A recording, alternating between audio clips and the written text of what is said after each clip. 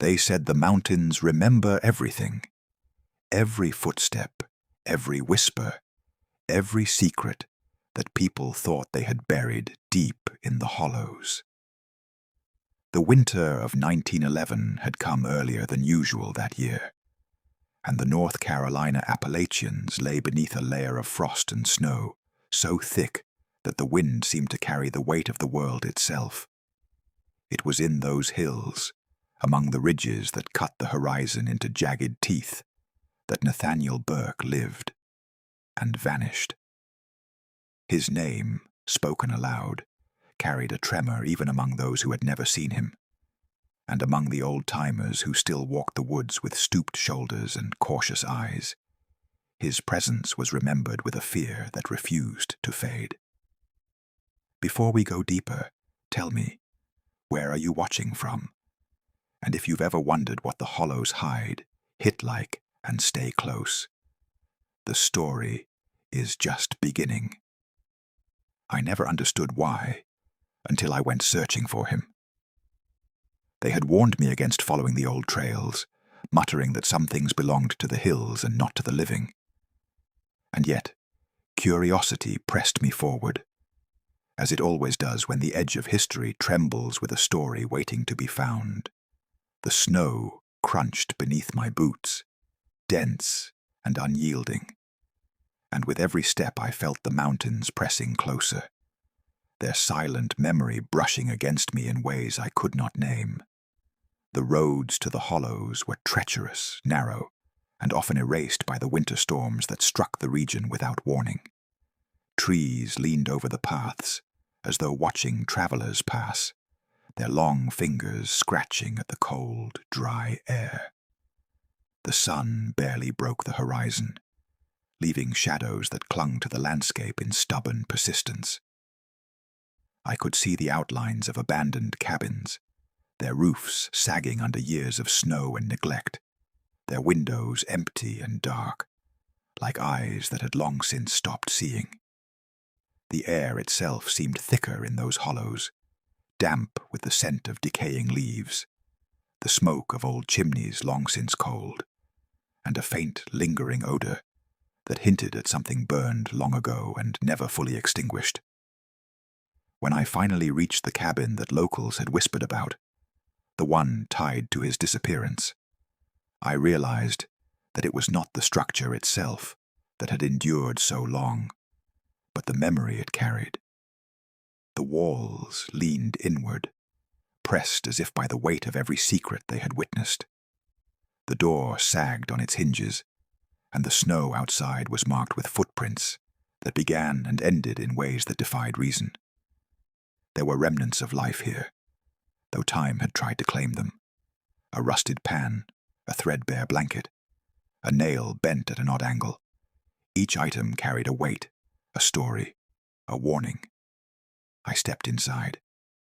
The air was still, thick with a scent that was both ash and earth, and for a long moment I felt the presence of the man himself. It was not visual.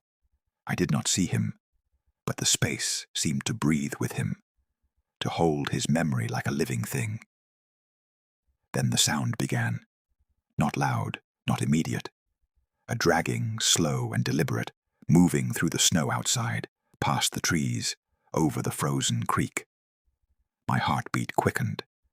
I turned, expecting nothing, and yet I felt observed, as though the hollowed hills themselves were watching, waiting. Every night I returned to the hills after that first visit. The locals refused to accompany me, their eyes wide and their voices hushed, warning me to leave, to turn back, to never speak his name aloud. And still I pressed on, because what is a story worth if it cannot be sought, if it cannot be understood?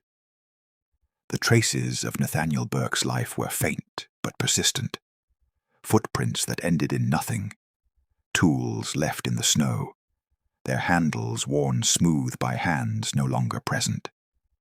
A torn fragment of cloth snagged on a branch, faded but carrying a faint scent of smoke, a reminder that someone had been there. And each time I found these traces, Each time the dragging sound followed me just out of reach, I felt the weight of the hills pressing more insistently, as though the mountains themselves refused to let the story go. I spoke to the oldest residents of the hollows. Their hands were maps of 1,000 winters, their eyes shadowed by years of unspoken knowledge. They told stories in pieces, carefully measured, never revealing too much. "He belonged to the hills," one man said, voice cracking with age. "Some things do not leave once the mountains claim them." I asked about the disappearances, the whispered rumors, the strange sightings, and each time the answer was the same: silence, a shake of the head, and a refusal to elaborate. And so, I walked alone. The snow underfoot, the wind pressing against me, the occasional snap of a branch or the rustle of unseen movement keeping me alert. The mountains were patient, and the hills remembered. I found myself speaking to them, to the snow, to the air, as though naming the story aloud could coax the truth from the memory held tight in the earth itself. The nights were the hardest. The shadows seemed to stretch and lean, forming shapes that were only partly formed, incomplete and entirely convincing to the imagination. Once, I thought I saw a figure in the distance, standing at the edge of the ridge, still as stone, watching me. It wore no distinguishable clothing, yet I felt certain it carried the essence of the man whose memory had persisted for more than 30 years. I blinked, and the figure was gone. Only the snow, only the wind, only the faint, unbroken dragging sound remained. I do not speak of this lightly. Every footstep, every breath, every whispered observation is recorded in my mind with the precision that fear demands.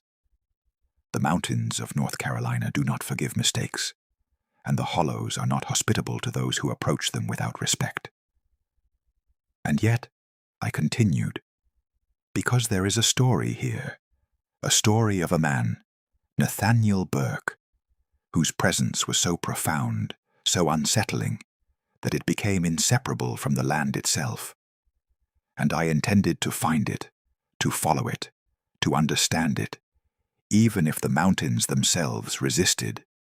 The mountains themselves seemed to breathe that winter, their snow-laden peaks rising and falling, with a patience that measured centuries rather than hours.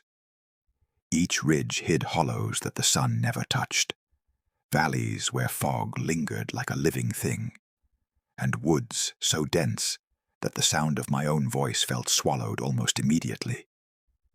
The land carried the memories of those who had come before, and the Appalachian hollows of 1911 were no exception.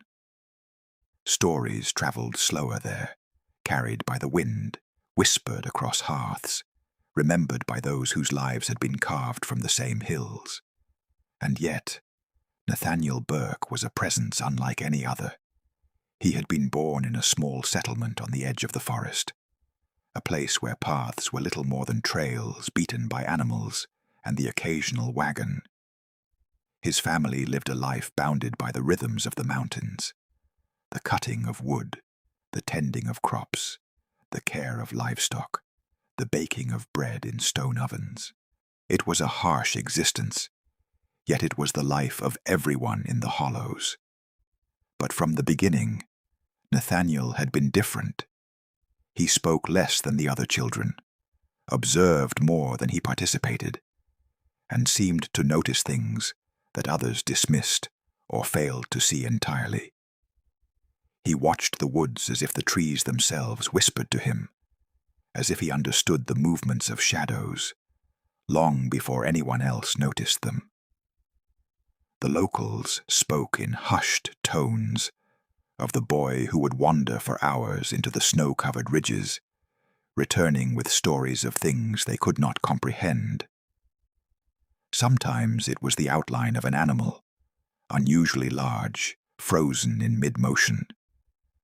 Sometimes it was the remnants of a cabin that no longer existed on any map, the traces of smoke rising from chimneys that should have long been cold, and sometimes it was nothing at all.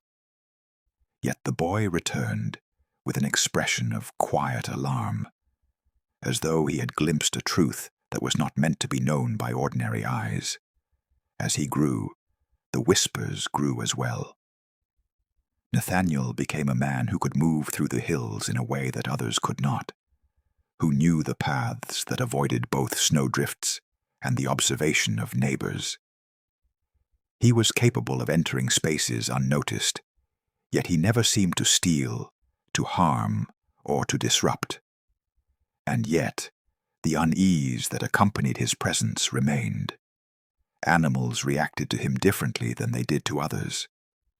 Dogs would stop barking at his approach and stare into the woods, their eyes fixed on something beyond sight.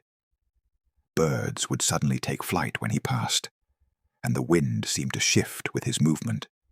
It was as if the mountains themselves recognized him, and the people could feel that recognition too, even when they could not. By the winter of 1911, Nathaniel Burke was a figure of quiet fascination and fear. The townsfolk spoke his name only when the fires burned low, and even then they did so in tones that suggested caution, as if invoking him might call him forth. Stories of disappearances had begun to emerge. Though none could be directly tied to him, children would vanish for hours and return with tales of figures glimpsed in the tree line, of sounds that seemed to follow them across the hills. Adults reported tools and supplies moved from their cabins, as though handled by someone invisible, and all the while Nathaniel moved through the landscape, observing, noting, present but unobtrusive, a shadow within shadows. I walked those hills as he once did, tracing his paths, feeling the same resistance in the air that he must have known so well. The snow pressed against my boots, damp and uneven, and every ridge seemed to carry an echo of something long departed. The hollows were empty, yet not empty. The silence was a weight.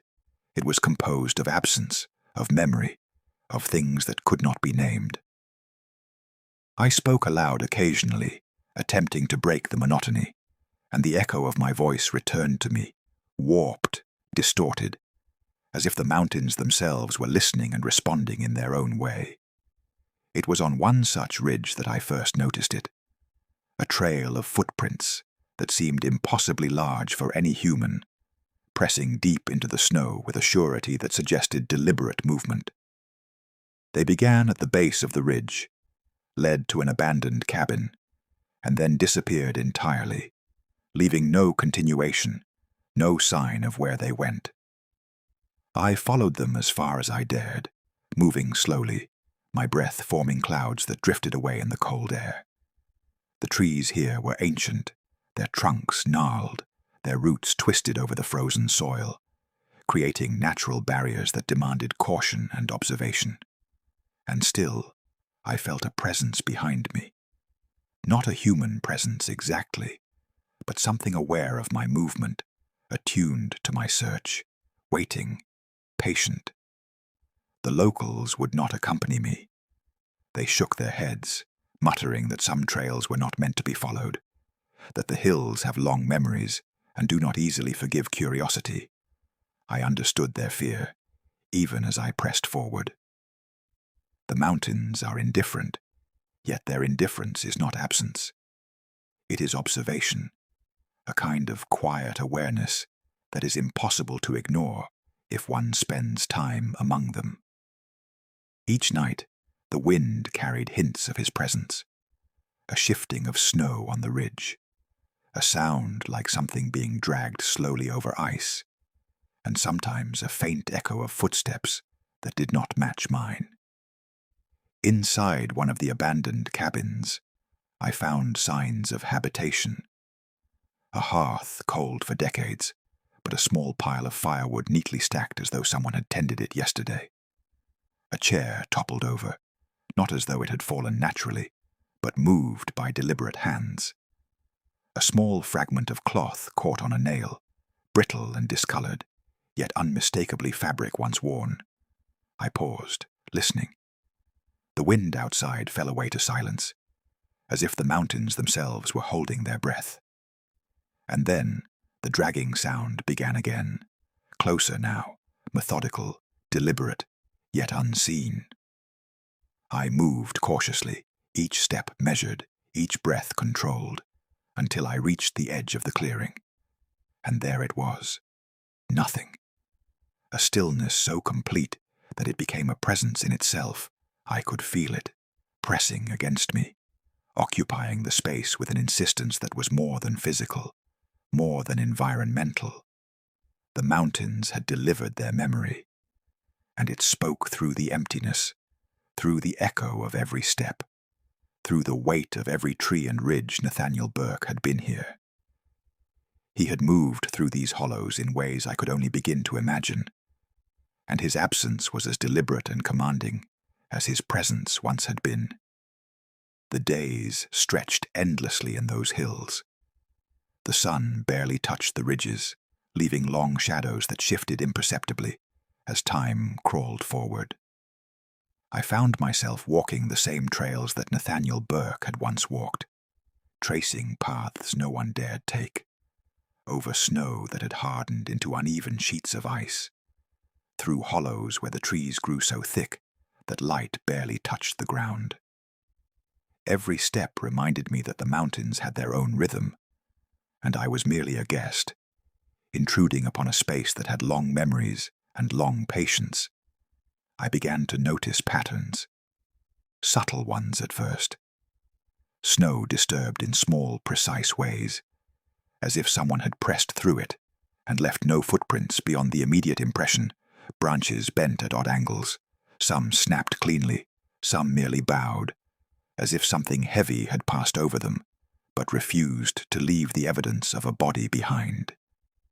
Occasionally I would hear the wind shift in a peculiar cadence, carrying with it a faint sound, like a slow scraping or the dragging of something heavy. It never repeated the same way twice, and yet it was always there, in the corner of perception, just beyond comprehension. The villagers' warnings haunted me, their silence, the way they averted their eyes when Nathaniel Burke's name came up, spoke volumes that words could not convey. One elderly man, whose hands were gnarled from decades of splitting wood, told me in a voice barely above the wind, "Some things never leave the hollows. You can search all you like, but the hills, they take what they will, and they keep it." I nodded, trying to hide my unease, but the words clung to me like frost on pine needles, sharp and cold. Nightfall brought a different quality to the dread. The wind intensified, carrying with it the faintest hint of something I could not name. Sometimes it was the scent of smoke, lingering from fires long extinguished. Other times it was the faint metallic tang of iron, sharp against the cold, mixing with the earthy decay of pine and moss. I would pause on the trails, listening, every nerve alert, every muscle tensed, and then I would hear it. A dragging sound, slow, deliberate, moving over the frozen undergrowth, coming from the woods behind me. I would spin, heart racing, to find nothing, no one, no sign of life. And yet, the impression of a presence remained, persistent and undeniable. The first time I saw signs of him, or what had been him, I was crossing a ridge where the snow had settled unevenly, marked by depressions that were far too large for a man of ordinary size. They began at the base of a slope and led to a small clearing where an abandoned cabin stood, its roof bowed under decades of snow. I approached cautiously. The footprints ended at the cabin door. I examined the snow around it, searching for any continuation, any clue, and found none. The silence was profound, yet charged with an awareness that felt alive.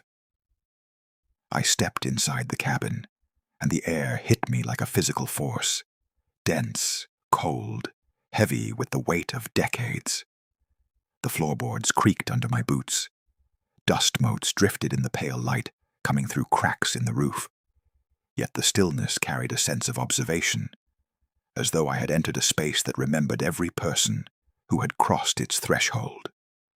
Inside, I found signs of habitation, not recent, but persistent. A small pile of firewood stacked neatly, a rusted pan tipped over near the hearth, a piece of cloth snagged on a nail, faded and brittle, yet unmistakably once worn. I paused, listening. The wind outside was absent, as if the mountains themselves had stopped moving, holding their breath, watching. Then the dragging began again, faint at first, distant, and then approaching, precise, deliberate. I could hear the scrape of snow, the subtle shift of weight, but when I turned, there was nothing. Nothing that I could see. The emptiness itself seemed to watch me. I slept little during those nights. Every creak, every whisper of wind, every faint noise from the surrounding woods kept me alert, heart pounding in rhythm with the anticipation of something unseen. Shadows lengthened and moved in ways that did not conform to the position of the trees or the moonlight. At times I would swear I saw a figure in the distance, standing perfectly still at the edge of the ridge.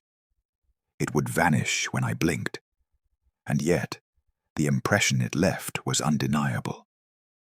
The snow would show no footprints where I was certain one should be. My eyes and mind struggled to reconcile what I saw with what I could prove, and that tension, that uncertainty, became unbearable. Nathaniel Burke's story was not just of disappearance. It was of subtle control, of movement through a landscape that most considered impassable, of awareness that transcended the ordinary limits of human perception. Villagers spoke of him in hushed tones, recounting the way animals behaved in his presence, the way the wind shifted as he passed, and the strange incidents that seemed to follow him through the woods. Children reported seeing figures in the tree line, yet no one else could confirm the sightings. Tools and supplies would disappear from cabins, only to reappear later in arrangements that suggested intent, not chaos. I traced these paths, sometimes for hours, sometimes days. The hills demanded patience, and I had none to spare.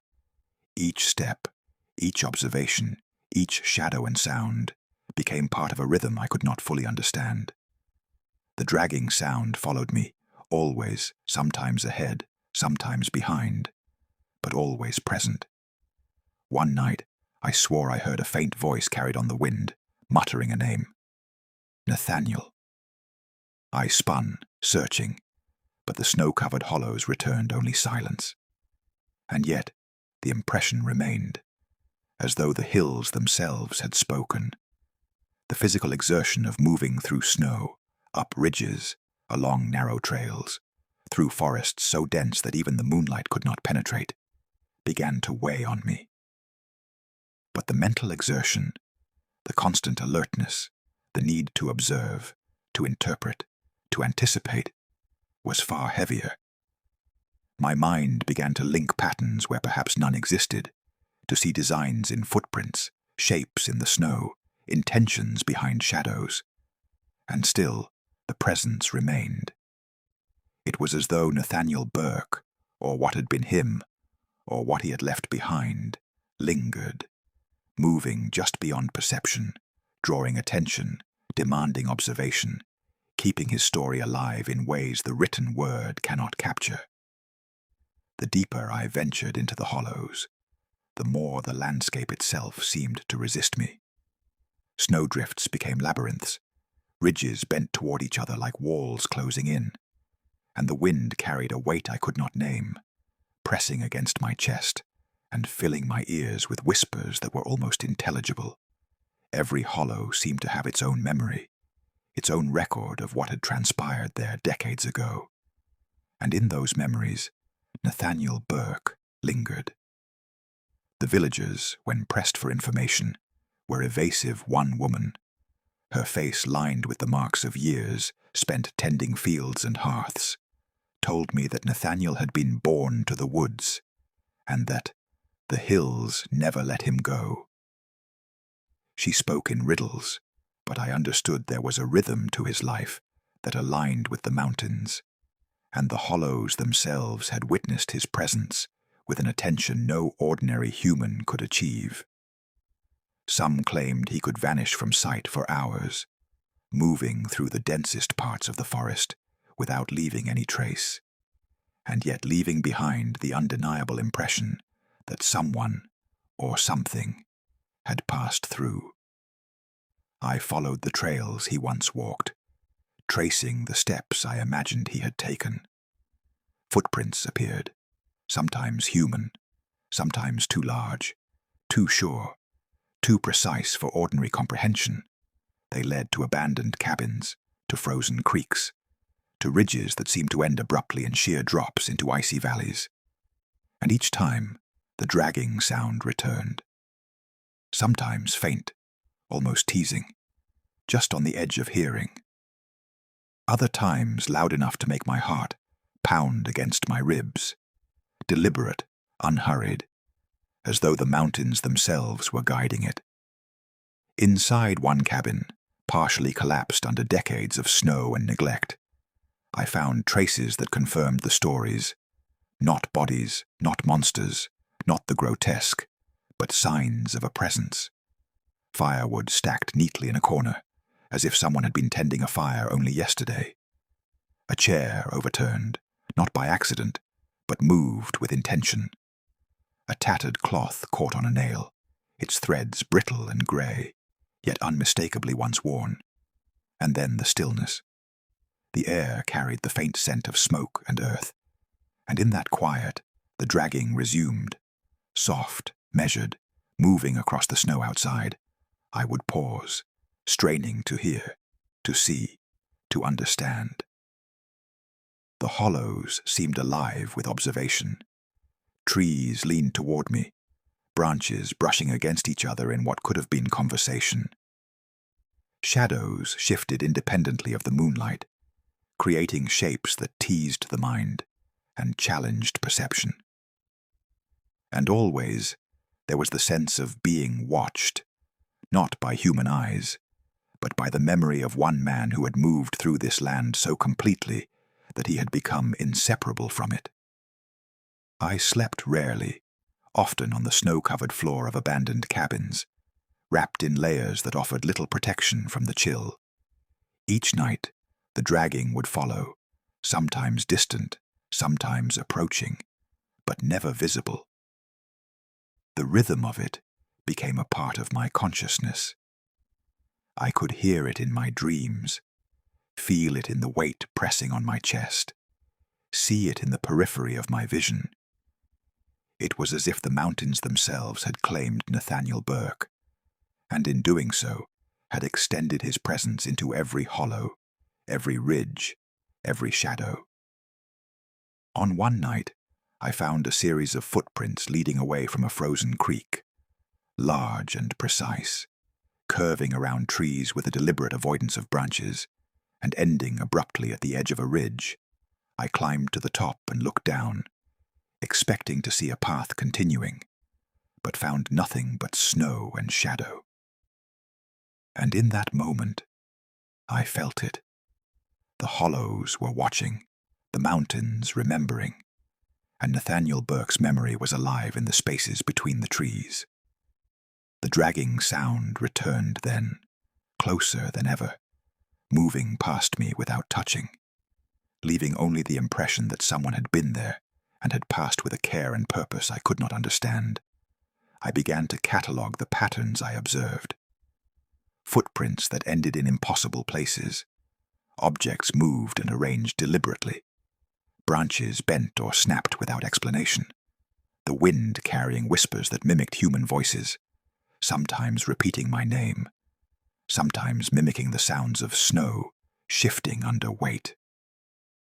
Each observation reinforced the idea that Nathaniel Burke had not merely lived here, but had integrated with the hills in a way that defied ordinary understanding.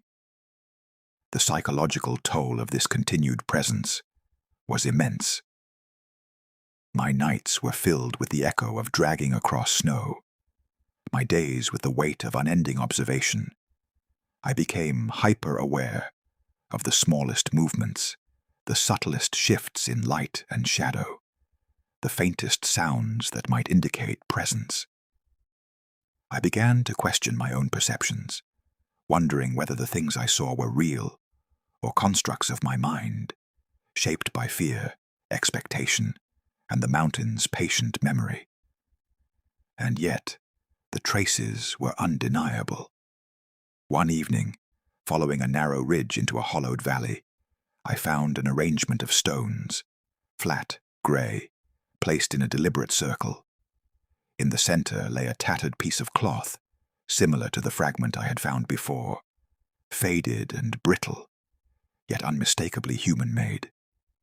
The arrangement was precise, intentional, and suggested a presence that cared for order, even amidst apparent desolation.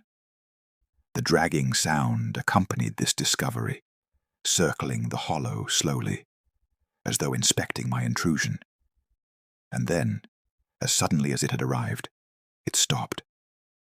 Only the wind remained, carrying the faintest echo of a footstep that never landed on snow. It was in these moments of tension, when the mountains themselves seemed to hold their breath, that I began to understand why Nathaniel Burke had become both legend and warning. He had not simply disappeared.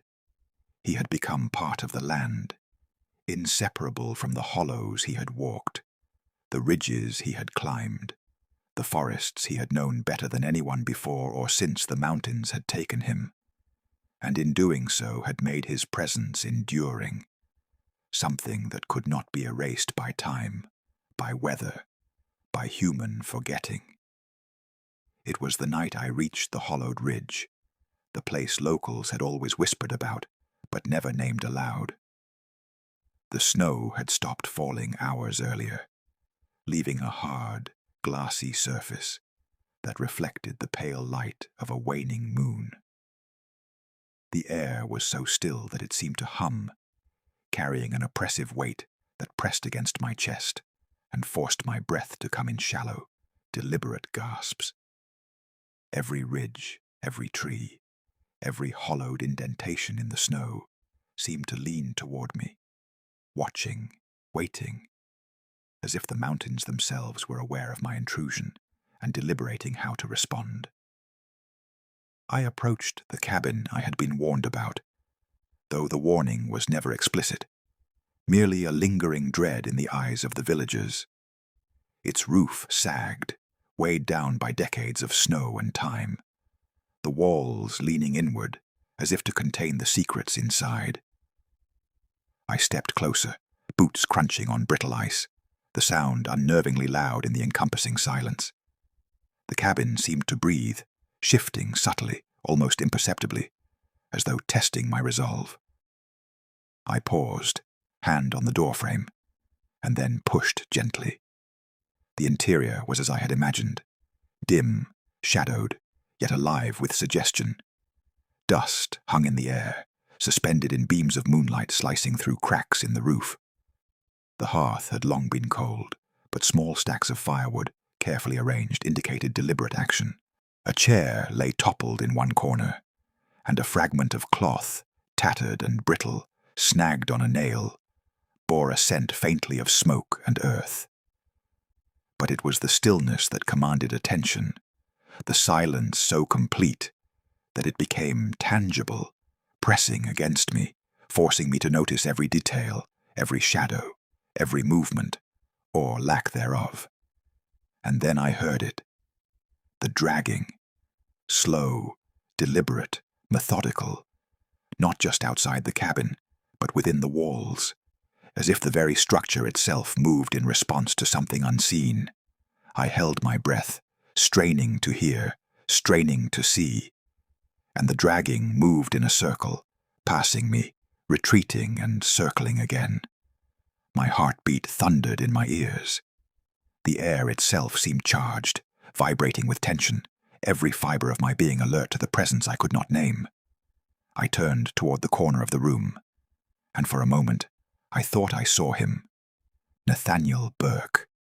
A figure, still, impossibly tall, the edges blurred, like mist coalescing into a human shape.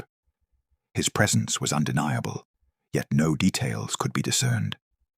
I stepped closer, and the figure remained motionless, an embodiment of the mountain's memory of him. I could feel his awareness, not hostile, not friendly, but absolute.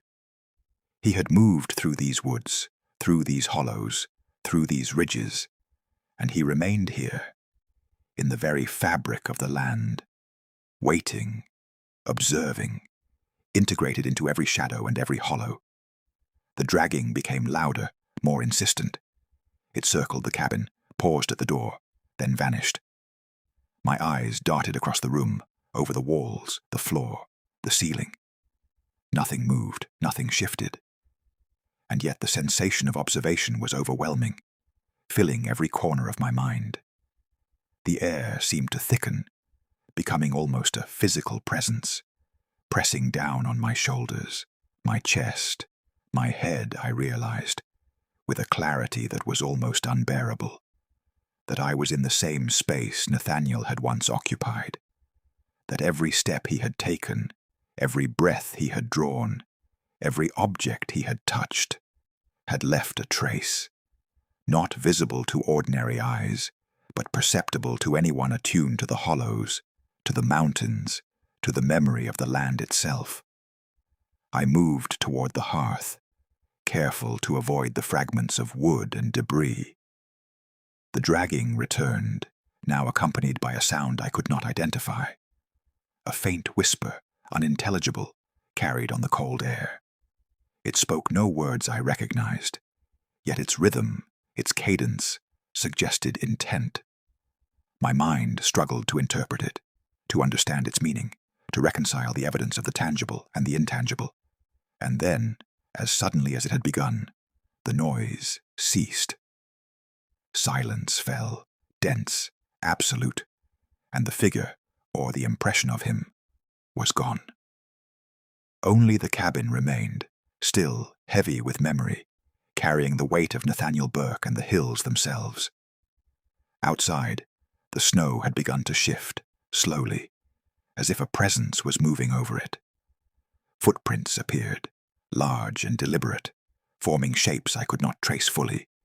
Leading to a small clearing beyond the cabin, I stepped into the moonlight, and the air felt charged, alive, and yet forbidding.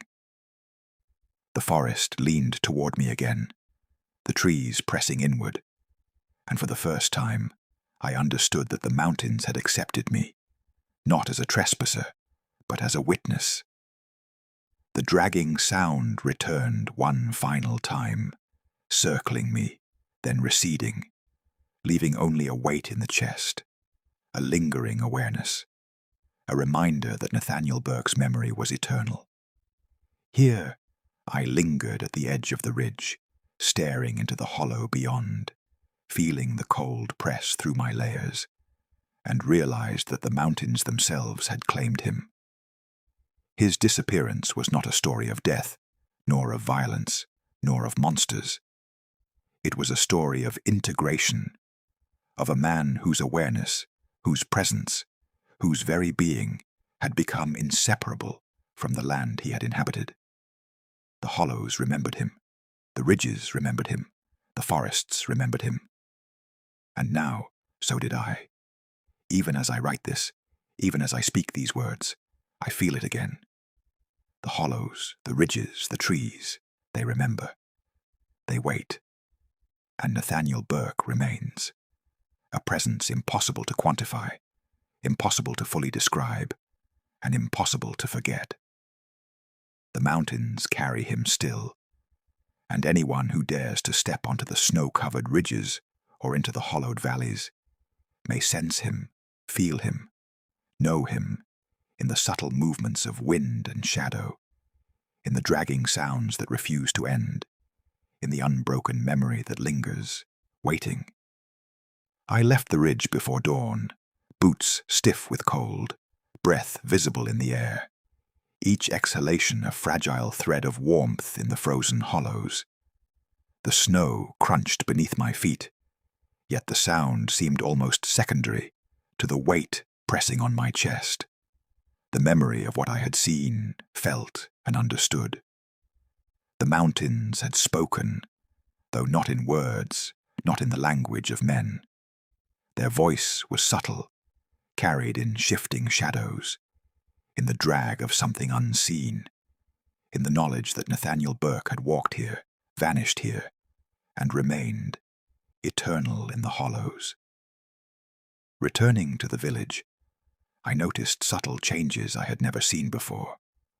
The snow along the outskirts of town was undisturbed, pristine, yet somehow too perfect, as if the earth itself had remembered and corrected for my passage.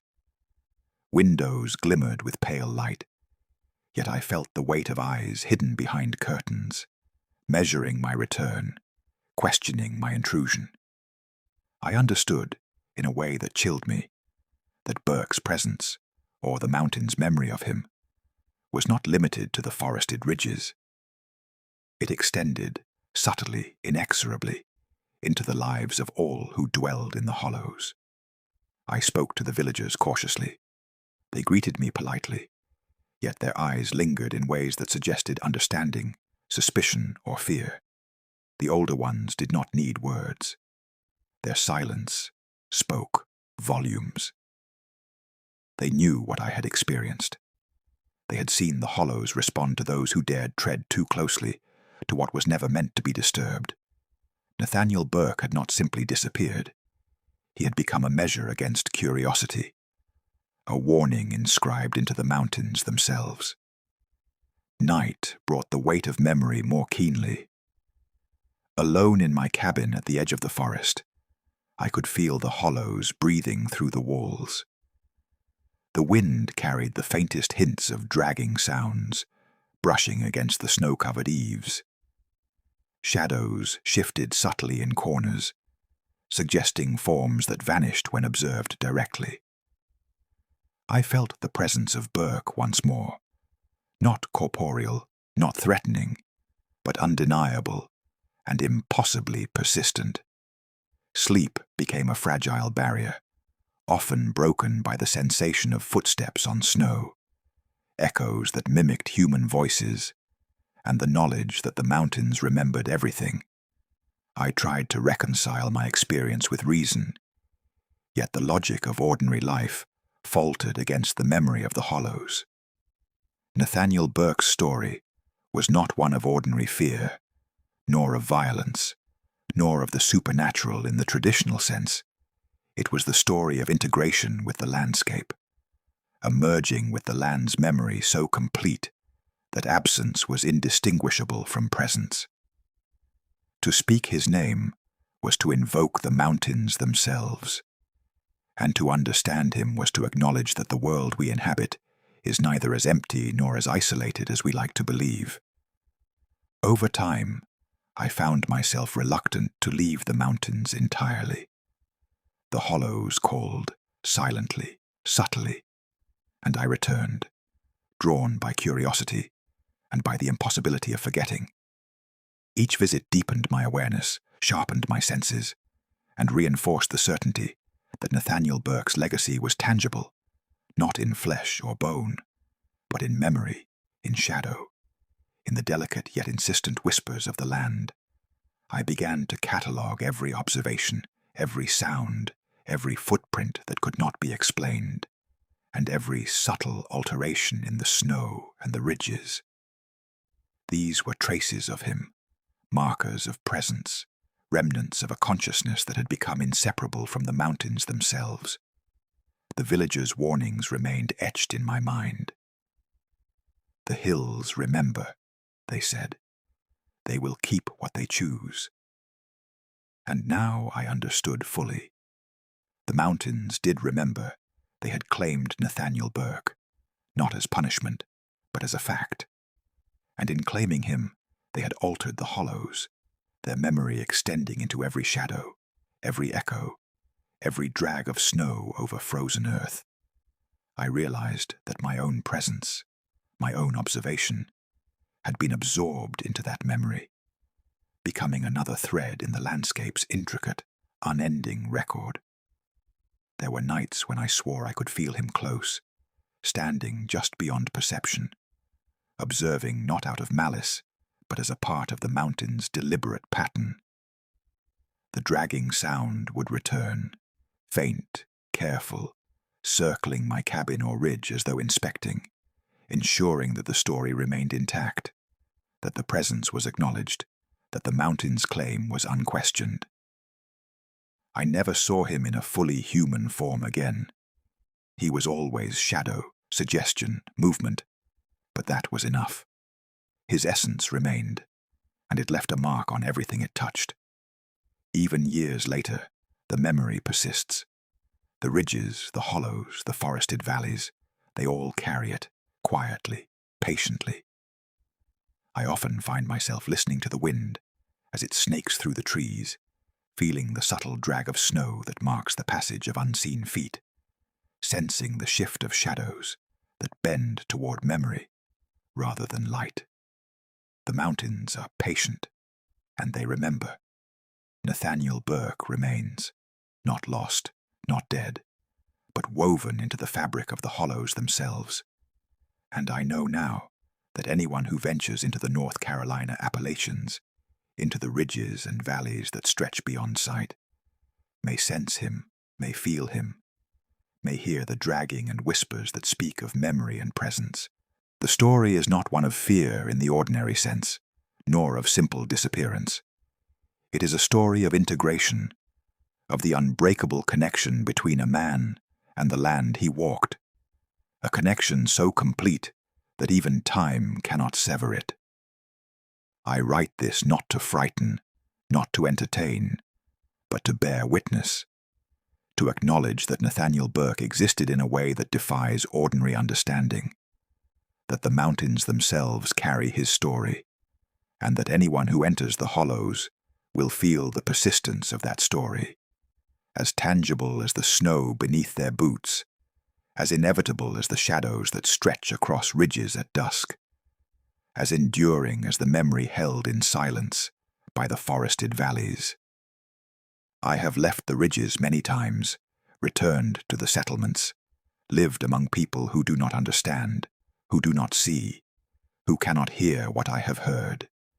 Yet every winter, when the snow returns, when the wind shifts just so across the hollowed hills, I feel it again, the drag, the presence, the quiet observation, and I am reminded that Nathaniel Burke is neither gone nor forgotten. He is here, in the hollows, in the ridges, in the mountain's patient memory, waiting, persistent, eternal. And so the story remains, incomplete to those who seek simple answers, unbroken to those who recognize memory in the landscape, unresolved for anyone willing to listen carefully. The mountains carry him, the snow remembers him, and even I, who have walked the paths and felt the presence, am left with a certainty that cannot be explained. Only acknowledged Nathaniel Burke, the man the mountains tried to forget, is remembered, in ways the living may never fully comprehend, yet feel, always, if they listen. Winter deepened in the hollows, and with it, my awareness of the landscape grew more acute, more intimate, and more unsettling. Snow settled unevenly along the ridges, sculpted by wind into forms that suggested presence and movement, even where none existed. Hollowed valleys seemed to pulse with memory, each tree, each boulder, each frozen creek, bearing the imprint of the lives that had passed through them. I realized that to walk here was to become part of a long record, a continuous narrative written not in ink, but in impression, footprints pressed into snow, patterns of broken branches, arrangements of stones that had endured decades. Nathaniel Burke had walked these same paths, and the mountains remembered him. Life in the hollows in 1911 was harsh and deliberate. Families rose with the sun, worked tirelessly to extract sustenance from frozen soil, and tended livestock through bitter winds. Children learned to navigate forests before they could read, understanding instinctively which ridges were safe to cross, which valleys hid dangers both natural and supernatural. In-law isolation was the constant companion of every resident. The roads were little more than trails carved by wagons, beasts, and human feet over generations. And yet, even in such a setting, Burke's presence was exceptional. He moved through these hills with a precision and confidence that defied ordinary experience. He observed, recorded, and disappeared into hollows as if he were an extension of the land itself. I followed in his steps, noting the minute details. The way snow gathered differently beneath the shelter of pines, the subtle depressions in frozen soil where his weight had pressed just enough to leave a trace, the way shadows bent unnaturally in corners of ridges. Sometimes I would find a hollow that felt alive with memory, the faint smell of smoke from a fire that had long since burned, the subtle drag of something unseen across a frozen stream, footprints that began and ended in impossibility. I understood that Nathaniel Burke's interaction with the hollows was more than physical. It was an imprint of consciousness, a layering of presence into the mountain's patient record. At times, I encountered disturbances that were almost imperceptible. A branch snapped far too cleanly, but no animal was near. Snow shifted in subtle arcs that suggested passage, yet nothing had passed. A bird would lift off in alarm, even though no human or predator was in sight. And sometimes, faintly, the dragging sound returned, circling, methodical, deliberate. My heart would quicken, and I would pause, scanning the darkness, the shadows, the ridges, and see only the forest and snow, but feel, undeniably, that someone or something was present, observing, acknowledging, measuring my intrusion. The isolation forced reflection I thought constantly about Nathaniel Burke, not as a figure of fear, nor as a legend, but as a man whose life had become inseparable from the mountains. The hollows had shaped him as much as he had shaped them. Every footstep he took, every cabin he entered, every ridge he traversed, was absorbed into the landscape. The trees remembered the brush of his shoulders. The snow remembered the imprint of his boots. The wind remembered the cadence of his presence. And when he disappeared, he did not vanish. He remained, integrated, persistent, in ways invisible yet undeniable. The villagers' warnings became clearer in retrospect. They spoke in hushed tones, never directly, but their caution was profound. "The hills remember," they said. "They will keep what they will, and they do not forgive those who tread carelessly." I understood this now. It was not a threat in the ordinary sense, but an acknowledgement of the mountains' memory and their power. Every hollow and ridge, every frozen creek, every shadowed valley carried the record of generations, including Burke, and anyone who entered without reverence risked altering that memory, disturbing the delicate balance between observation and intrusion. One evening, I found a series of small, deliberate arrangements. Stones stacked in careful pyramids, twigs aligned in precise patterns, depressions in snow forming symbols whose meaning was opaque but purposeful. These signs were subtle, almost invisible, unless one looked closely, and they conveyed something profound: presence, order, memory. Nathaniel Burke had left traces not of violence, not of malice, but of awareness. Even his absence was deliberate, a statement embedded in the mountain's enduring record. I came to understand that the dragging sound, the shadows, the shifts in snow and branches were not random. They were deliberate markers of presence and passage. The mountains carried his record in every sound, every shape, every tactile imprint, and I, as witness, became part of that record. The psychological weight was immense. Sleep became fragmented. Even in moments of rest, I felt observation, felt the drag of memory brushing against me, the whisper of shadows shifting in response to my movement. My own reflection seemed altered, my consciousness intertwined with the hollows, part observer, part observed, part memory itself. There were nights when the wind brought whispers, unintelligible yet compelling. They seemed to echo human speech without forming words, patterns in sound that suggested intelligence, purpose, attention. Sometimes it felt like acknowledgement, other times warning. The mountains' patience, their memory, their integration of Nathaniel Burke's presence, extended even into these subtle auditory cues. Each night reinforced the lesson: the hollows do not forget, and presence persists far beyond what ordinary perception can grasp. As the seasons changed, I noticed subtleties in the ridges and hollows that I had missed before. Patterns in snowdrifts, subtle arcs of broken branches, depressions in frozen soil that seemed intentionally placed, as if to mark boundaries or paths. The dragging sound returned with increased precision, sometimes ahead of me, sometimes behind, always circling, always deliberate. I realized fully that Nathaniel Burke's legacy was not just in memory, but in interaction.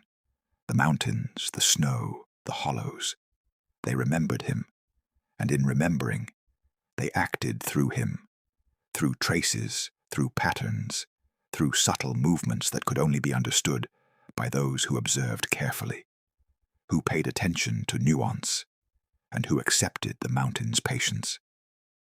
Even now, decades later, the hollows call subtly, and the ridges remember. The dragging sound is present in the faintest echoes of winter wind. Shadows stretch and bend where they should not. The snow carries impressions of movement that cannot be explained by human steps. I remain aware that Nathaniel Burke's story is not one of finality, but of persistence, of integration, of memory unbroken.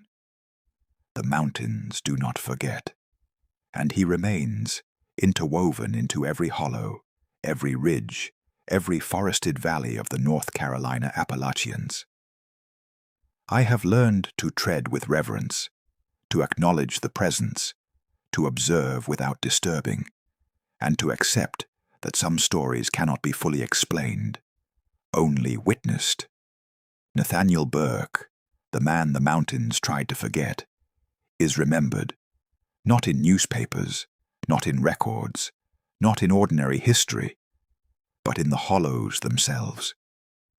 And anyone who ventures there, listens carefully, and observes patiently, may feel his presence, sense the dragging across snow, notice the subtle patterns of shadows and branches, and understand, at last, that memory can be as persistent as life itself. The hollows remember everything, even those who think they can walk unnoticed. Nathaniel Burke remains, watching, waiting, and so do the mountains themselves. If you've listened this far, you're braver than most. But the story doesn't end here. There are more secrets hidden in the shadows, more whispers carried on the wind, more memories the ridges refuse to release. If you dare to uncover what the hollows keep, subscribe, follow the path, listen carefully, and perhaps one day you'll understand what the mountains already know.